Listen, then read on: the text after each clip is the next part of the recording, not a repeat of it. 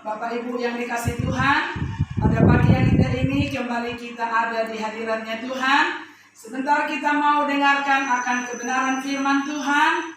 Mari kita baca firman Tuhan dalam Amsal pasal 30 ayat 24 sampai dengan ayat 28. Demikian firman Tuhan. Ada 4 binatang yang terkecil di bumi, tetapi yang sangat cekatan. Semut bangsa yang tidak kuat, tetapi yang menyediakan makanannya di musim panas.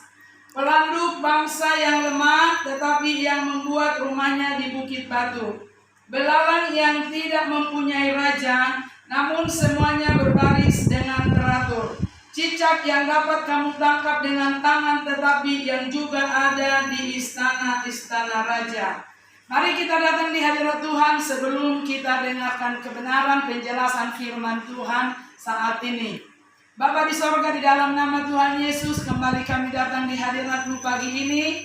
Kami akan mendengarkan kebenaran firman Tuhan. Biarlah kami boleh belajar dari firman-Mu, untuk kami boleh menjadi anak-anak Tuhan di akhir-akhir zaman ini semakin setia kepada Tuhan. Terima kasih Tuhan, urapan-Mu turun atas kami semua. Dalam nama-Mu kami berdoa, haleluya, amin. Yang menjadi tema firman Tuhan kita pada pagi hari ini, yaitu jangan meremehkan perkara kecil.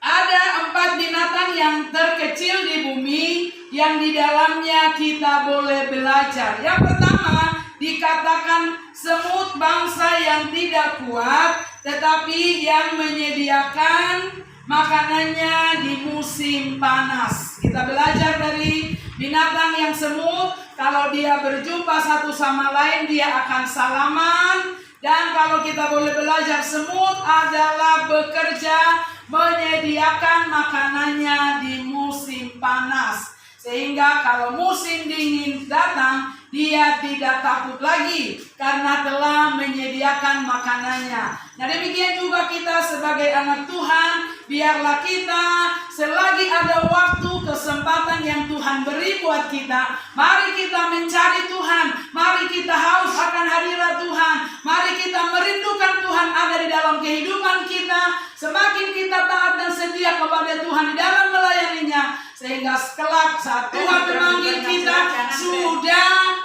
sudah disediakan Tuhan tempat buat kita.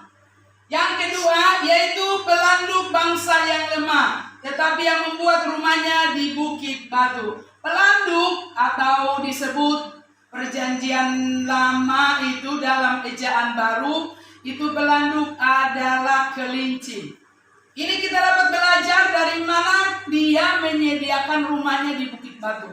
Gunung batu kita adalah Tuhan Yesus. Saat ada masalah, saat ada persoalan, ada tantangan dalam kehidupan kita, saat kita lemah, saat kita putus asa, saat kita kecewa, saat kita sakit, biarlah kita lari kepada gunung batu kita, yaitu Tuhan Yesus. Yang ketiga, dikatakan di sana belalang yang tidak mempunyai raja, namun semuanya berbaris dengan teratur. Walaupun tidak punya pemimpin, yang memimpin, yang mengendalikan, tetapi kita belajar dari belalang ini bahwasanya mereka tetap boleh berbaris. Bagaimana kita menjadi anak Tuhan? Sekalipun mungkin Bapak Gembala, Bapak Pendeta tidak menuntun kita, tetapi biarlah kita menjadi keluarga-keluarga anak Tuhan, keluarga-keluarga orang Kristen yang tetap hidup teratur, mencari Tuhan, bangun pagi kita doa, baca firman Tuhan, memuji nama Tuhan.